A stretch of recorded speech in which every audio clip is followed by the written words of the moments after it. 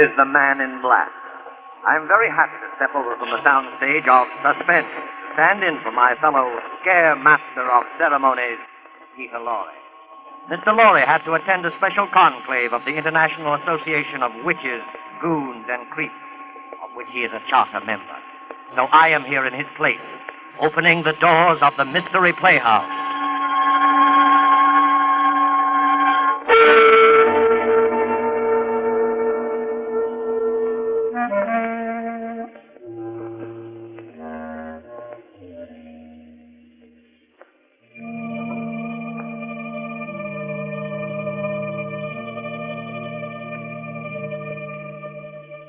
Tonight, the Mystery Playhouse has been fortunate enough to secure the services of that light-hearted raconteur of murder, horror, and the supernatural, the laughing boy of the Inner Sanctum, Raymond.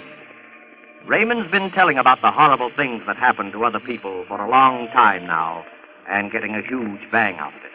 But tonight, the tables are turned, and he finds himself on the receiving end, which seems like poetic justice indeed. I think it might prove interesting to find out how Raymond's much vaunted sense of humor survives the acid test. So follow me to the home of the squeaking door, little house of 1,000 horrors, the Inner Sanctum.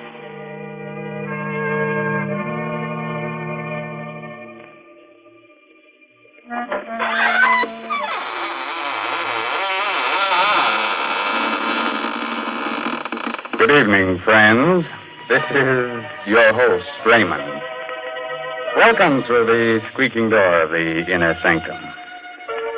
For those of you who write in to find out why our door squeaks so much, I guess now is as good time as any to explain that the hinges are rusty with dried blood.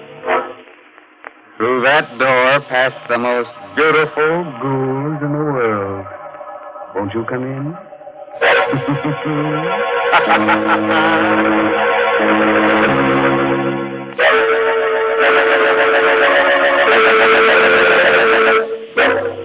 Well, friends, are you ready?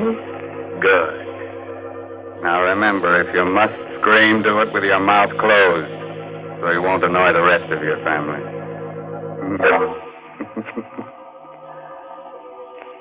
You know, you don't need dark old houses or murky graveyards to feel the chilly presence of beings from the other world. Last week, just after I completed my broadcast, I was called to the telephone. And I picked up the receiver. I heard... Hello, is that you, Raymond? Yes.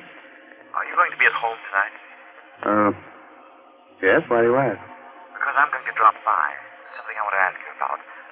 Try to be alone. Who are you? Don't you remember me? Well, the voice is familiar, but I can't quite place it. I'm Gideon Blake. I'll see you later, Ray. Goodbye. Now, there's nothing unusual about a call like that, except one thing. 10 years ago, my friend Gideon Blake was killed.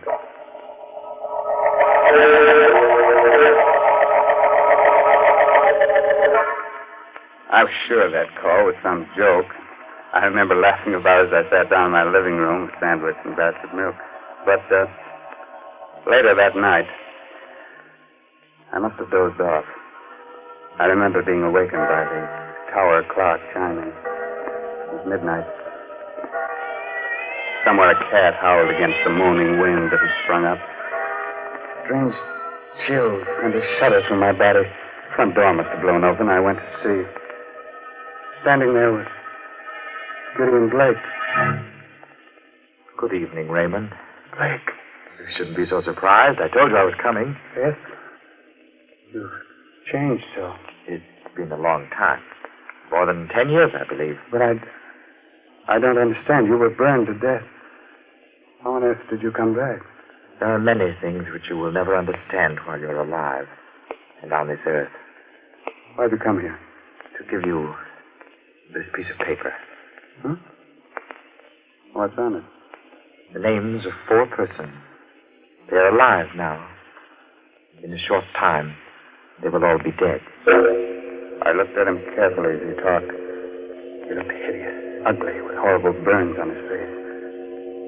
The man had the look, touched the very smell of death. Good night. Raymond.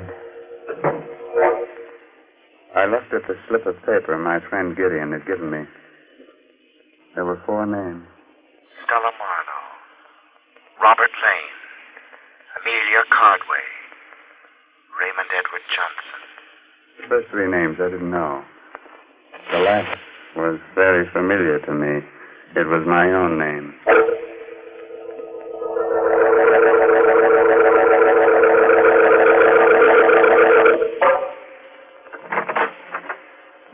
Oh, hello, Raymond. Sit down. Thanks, Inspector Doyle. Cigar? No, thanks. What about that piece of paper I gave you? How'd you get it? I told you. Look, I'm a cop, Raymond. When I believe a story like that one, you can call the little men in the white coats. Oh. No, I'm sorry I bothered you, Inspector. Let's forget it. I can't forget it. Why? Because Blake wrote that note. Are you sure? We checked the handwriting. It's his. So are the fingerprints we found on it. How do you figure it? I don't yet. I am waiting for you I to told tell you me. everything. Hey, wait a minute. Maybe Blake's really alive. He got burned to death 10 years ago. Are you sure? Positive. We checked every angle of his death at that time because we thought he might have been murdered. Murdered? I never heard about that. Oh, Blake was with the department, you remember, working on a homicide case. The Laura Wilcox case, you remember? Vaguely. We figured someone might have polished him off, but nobody did. It was an accident. Was this Wilcox murder ever solved? Well, no. Maybe those names I gave you have something to do with the Wilcox case. Why don't you check them? I did. None of your names figure. These people never heard of the Wilcox murder. Hey, Inspector. Yeah, what do you want, Gibson? Weren't you interested in some information about a dame named Stella Marlowe? Yeah. She was the first name on that list you gave me, Ray. What about her? I just came through on the ticker. Stella Marlowe was found dead. Murdered.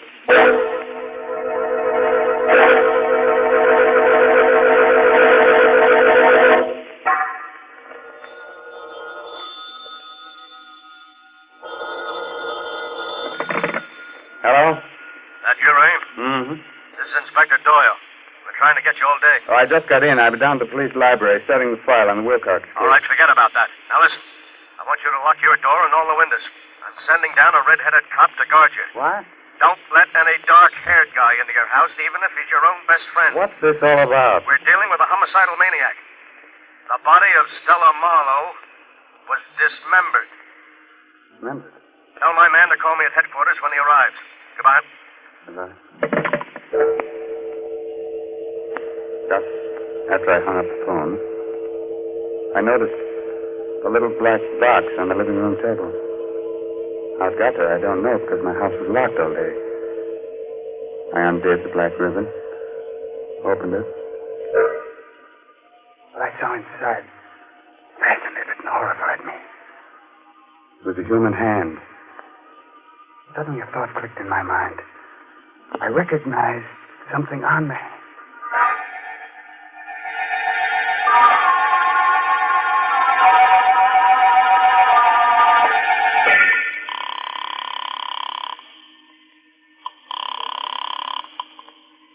Hello, Inspector Doyle speaking. Inspector, this is Ray Johnson. Yeah, what is it? Did you ever find out what happened to Stella Wilcox?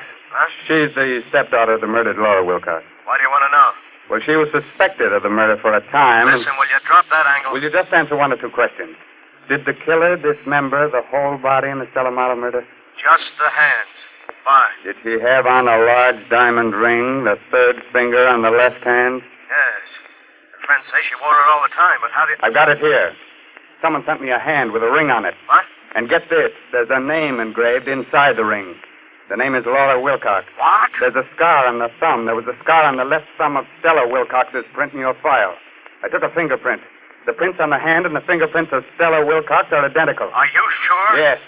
Stella Marlowe and Stella Wilcox are the same person. Did you find anything else there? Yes. Black hair on the fingernails. I'm coming down to your place as fast as I can get there. Goodbye. Goodbye. The front door slammed a second after I hung up. I turned around. Coming toward me was a man with jet black hair.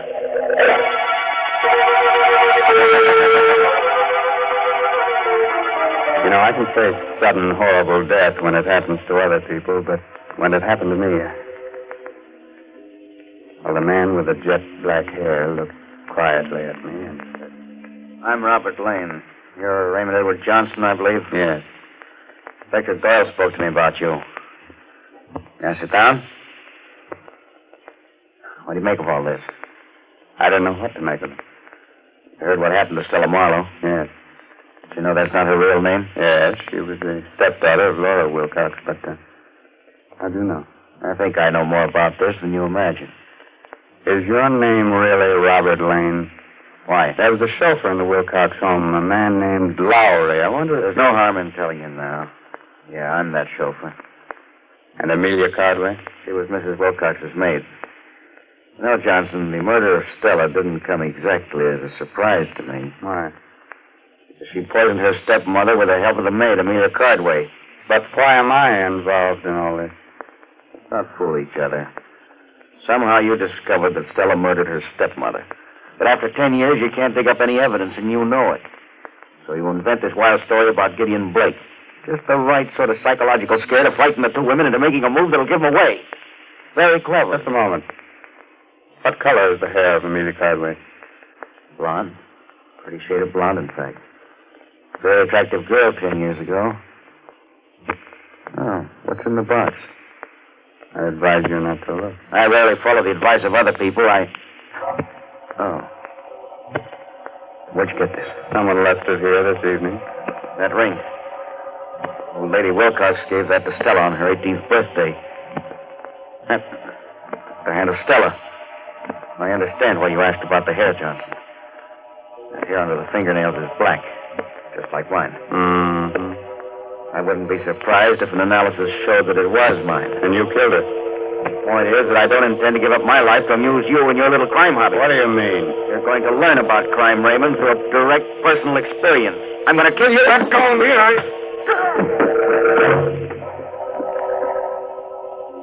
He was a powerful man. His blow dazed me. I struck my head against the furniture. I lay down on the floor dazed. Like a slow-motion picture, I saw Lane approach and lean over me. A long knife in his hand. You didn't expect to stir up this hornet's nest, did you? Crime and murder is very amusing, isn't it? Well, you'll find out just how funny it is. I saw him raise his arm. I was powerless. He was driving the knife down. Suddenly... Let go! Grab my hand! I did. Gideon Blake. Yes. I heard him scream. Somewhere the door slammed, and I blacked out.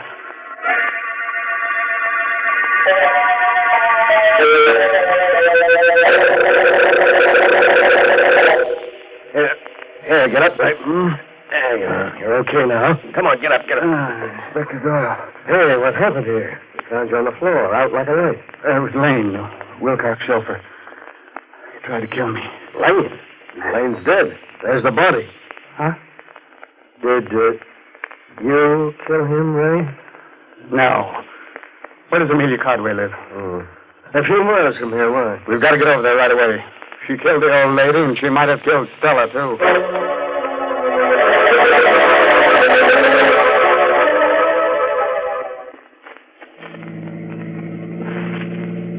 I don't see how Amelia Cardway could have done it. Maybe you'll tell me next that Gideon Blake did it. I don't know. Gideon Blake didn't have a hair on his head. Besides, he's dead. I never arrest a dead man for the crime of murder.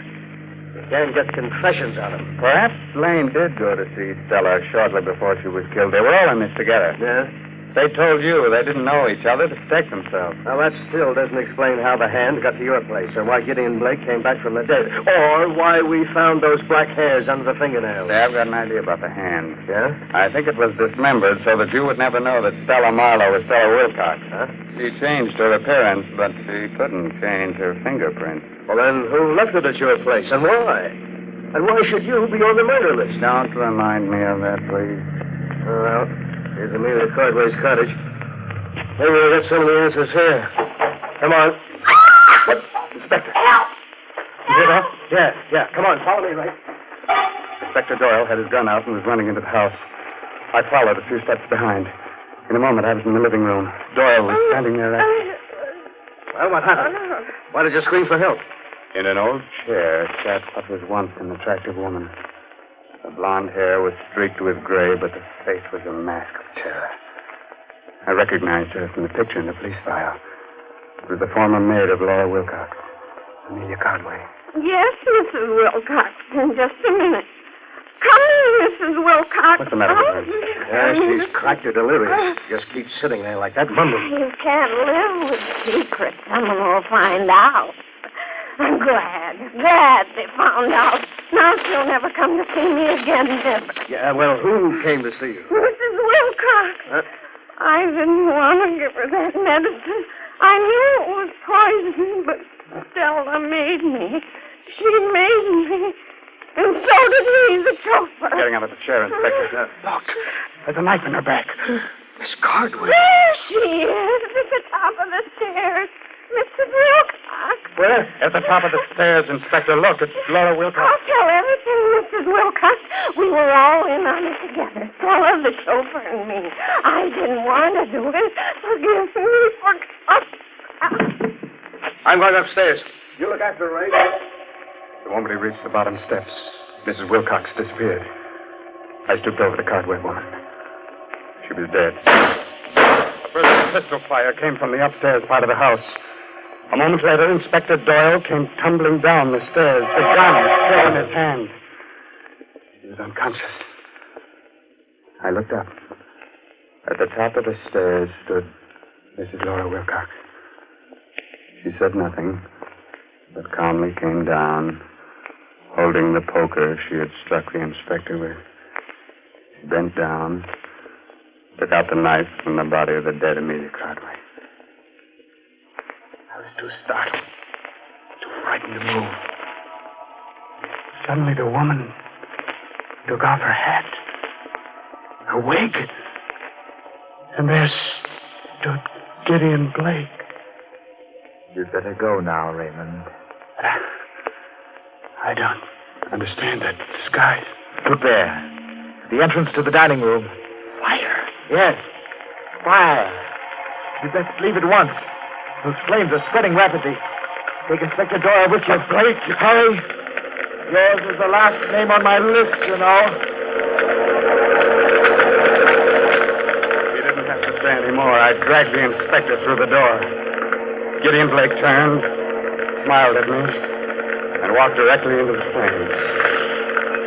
That was the last I ever saw of him.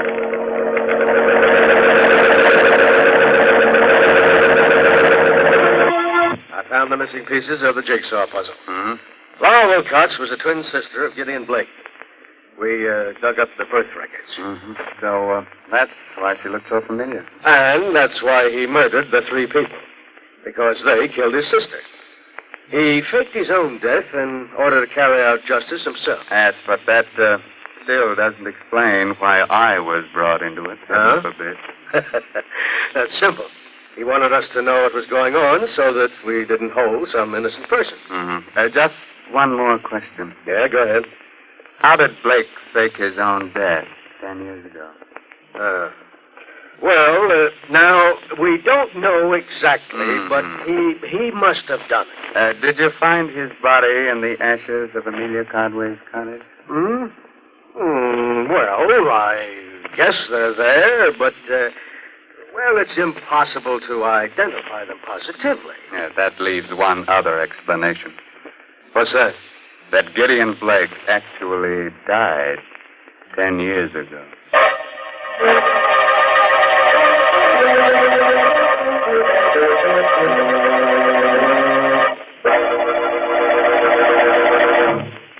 A word of advice, naturally. When you get killed, don't let your murderer slice your hands off. Because then you can never put the finger on it. Good night. Pleasant dreams.